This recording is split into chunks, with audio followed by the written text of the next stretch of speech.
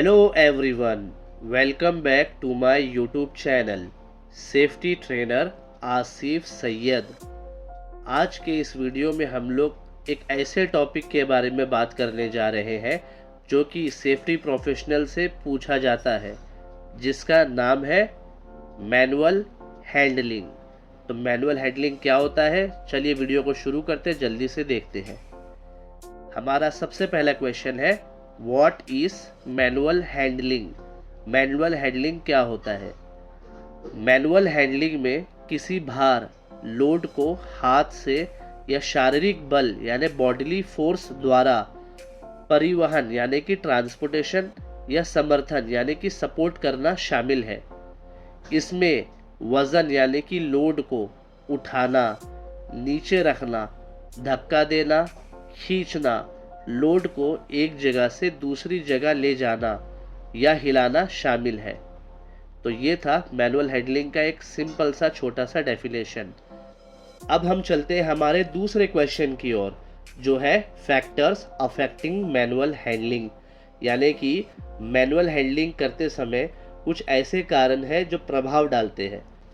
सबसे पहला आता है भार का वजन और आकार, यानी कि weight and size of the load. तो इसमें क्या फैक्टर्स है जो अफेक्ट करता है मैनुअल हैंडलिंग को? भारी या बड़ी वस्तुओं यानी बड़ा जो लोड होता है साइज में, उसको संभालना मुश्किल होता है, तो ये एक फैक्टर्स है। दूसरा फैक्टर्स क्या है? रिपीटेशन ऑफ टास्क, यानी काम को बार बार करना। लोड को बार बार उठाने या मूव करने से जोखिम बढ़ता है।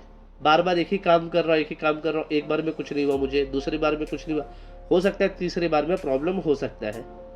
तीसरा फैक्टर्स है दूरी यानी कि डिस्टेंस। जितनी दूर तक वजन को ले जाना होता है, जोखिम यानी कि रिस्क उतना ही बढ़ जाता है, तो ये भी एक फैक्टर है। चौथा रिस्क फैक्टर क्या है देख लेते हैं। मुद्रा यानी कि पोस्टर। वजन को गलत तरीके से उठाने की तकनीक यानी जो रॉन्ग पुअर पोस्टर टेक्निक से क्या होता है, खिंचाव हो सकता है यानी कि स्ट्रेन हो सकता है बॉडी में। और पांचवा फैक्टर क्या है? एनवायरनमेंट यानी कि पर्यावरण। यानी ज़मीन टेढ़ा मेढ़ा है, अनइवन है, पुअर लाइटिंग है यानी कि बराबर से रोशनी नहीं, ये दिखाई नहीं दे रहा है, और कन्फाइंड स्पेस जैसी जगहों पर खतरे यानी हैजार्ड बढ़ सकते हैं। तो ये 5 फैक्टर्स है जिसके वजह से मैनुअल हैंडलिंग का जो काम है अफेक्ट होता है। हमारा तीसरा क्वेश्चन है हैजार्ड्स ऑफ मैनुअल हैंडलिंग, यानी मैनुअल हैंडलिंग करते समय क्या क्या खतरे हो सकते हैं। सबसे पहला है मस्कुलोस्केलेटल इंजुरीज।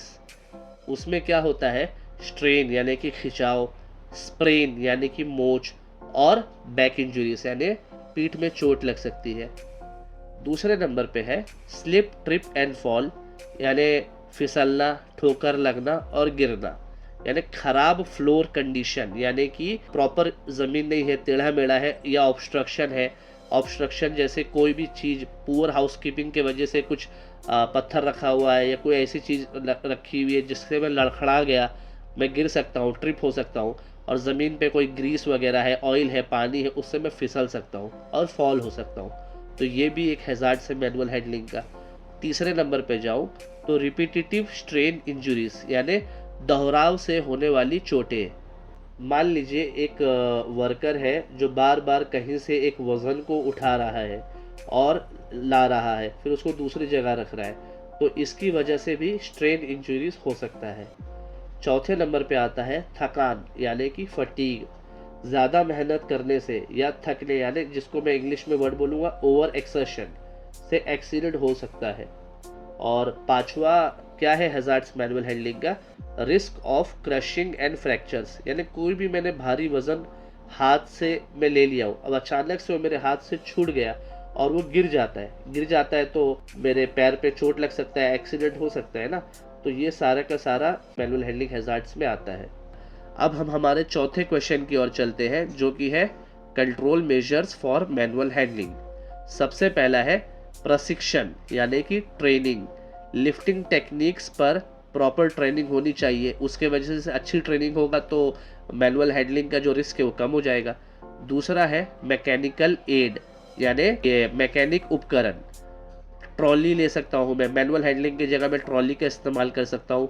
हॉइस्ट का इस्तेमाल कर सकता हूँ, या कोई भी अदर इक्विपमेंट का यूज़ करने से क्या होगा, जो रिस्क है ना कम हो जाएगा, ताकि ये जो खिंचाव वाला प्रॉब्लम होता है स्ट्रेन का, वो भी कम हो सकता है। तीसरे नंबर पे आता है ergonomic task design. Ergonomic task design क्या है?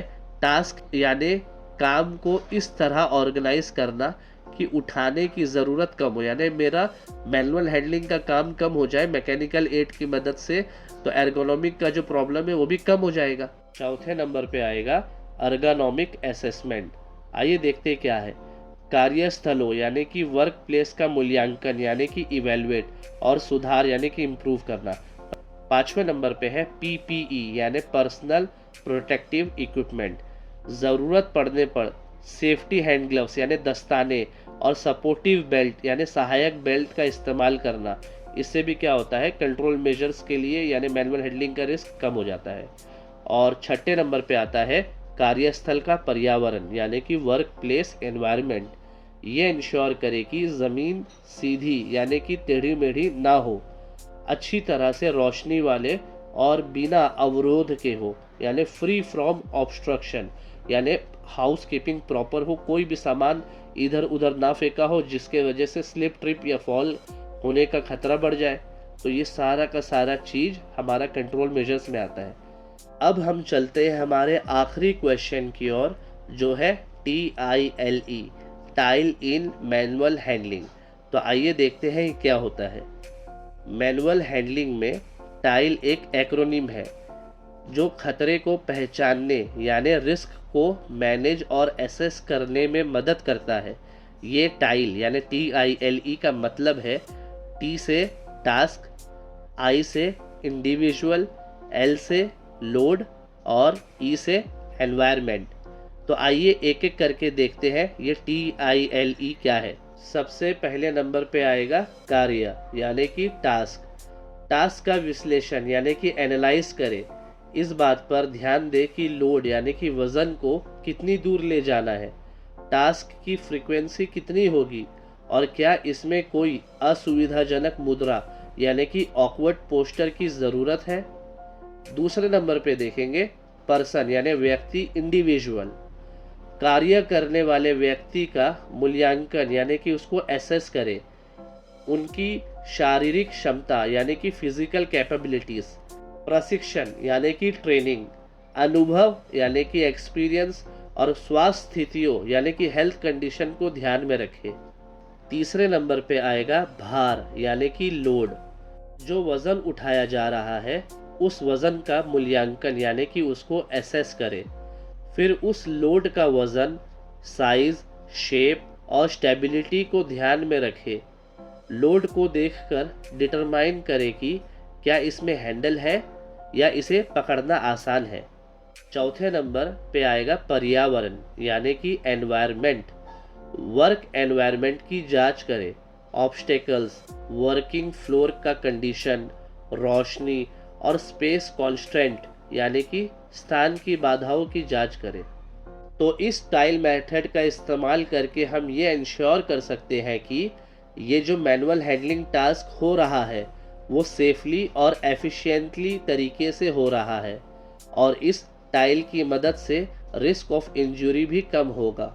उम्मीद करता हूँ आपको मैनुअल हैंडलिंग का कॉन्सेप्ट बहुत ही अच्छे तरीके से समझ में आ चुका होगा। इस वीडियो को देखने के लिए बहुत बहुत शुक्रिया।